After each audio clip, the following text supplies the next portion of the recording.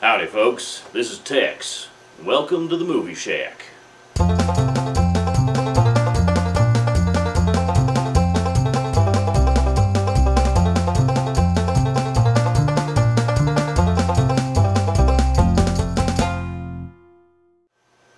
Today we're going to dig deep into the archives and take a look at some classic short Super 8 movie films from acclaimed filmmaker Sean McLean.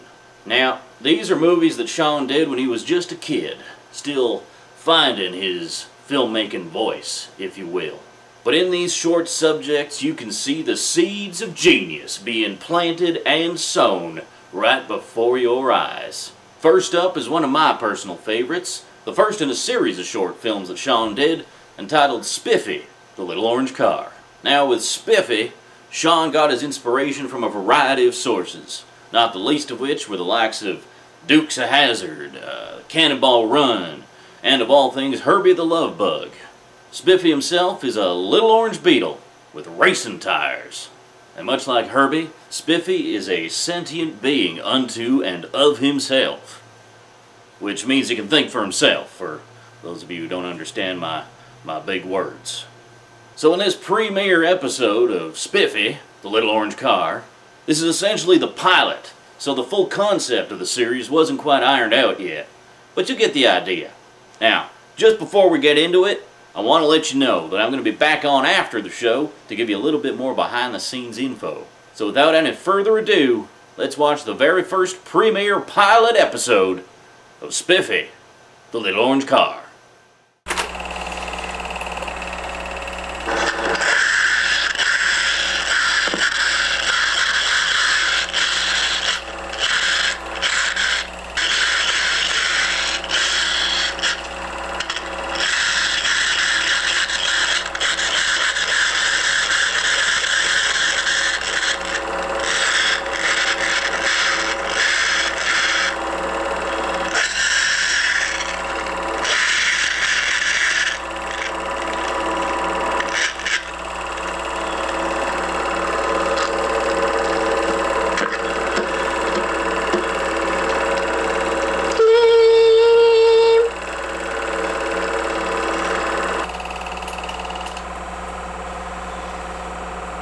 Man, that cracks me up every time. Here you got Spiffy, just racing around, having a good time, falls off a big cliff, and gets squashed by a giant. Who would have thunk it? Now, sharp-eyed viewers may have noticed a slight technical glitch that made it into the pilot episode. Now, of course, after the giant steps on Spiffy, he walks away, and you see what appears to be Spiffy, squashed like a pancake. However, apparently Sean wasn't paying too much attention to what was actually sitting there in front of the camera, and he left Spiffy's wheels sitting next to the aforementioned pancake. But being the true showman that he is, he just rode with it, and did a little like magic or something, making the wheels disappear, like he actually meant that to happen. Now that's a true creative genius at work right there, folks. You may have also noticed that the giant stepped on Spiffy twice.